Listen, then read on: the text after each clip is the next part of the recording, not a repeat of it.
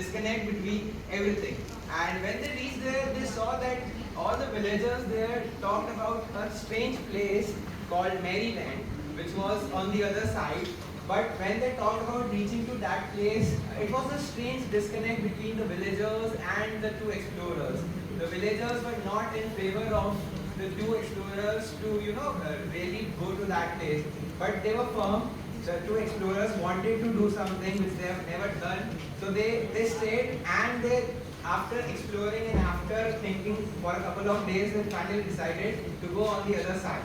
Myths and legends said that there was this land, a utopic land, where all sins and sorrowness would vanish, and it was a very peaceful and nice place on the other side. So they always wanted to explore such place.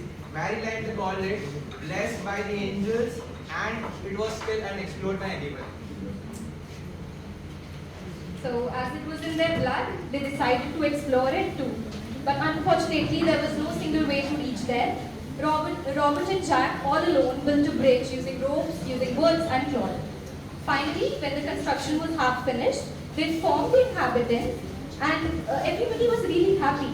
But then finally, thunder and lightning occurred, and the bridge started collapsing. Fire burned the woods, and wind tore the ropes. Jack and Robert came back running, and there was this little girl, Rose, who decided to help them, and all the villagers followed her. They could not reach their new dream destination, the utopic land, the utopic Maryland. They learned that utopia does not really exist or is impossible to actually attain.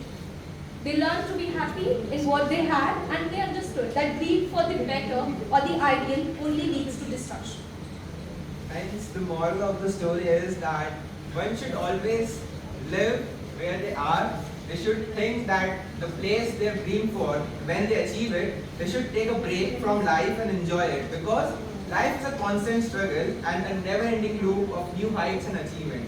Today you are a student, tomorrow you want to be a professor, day after tomorrow the president, prime minister, and the ladder goes on. It never stops. So one should always, have a certain boundary and limit. A ocean without boundary is a tsunami which leads to destruction. So always have limits, and when you reach your dream destination, just relax and stay happy. That's what we wanted to convey from this story. Thank you.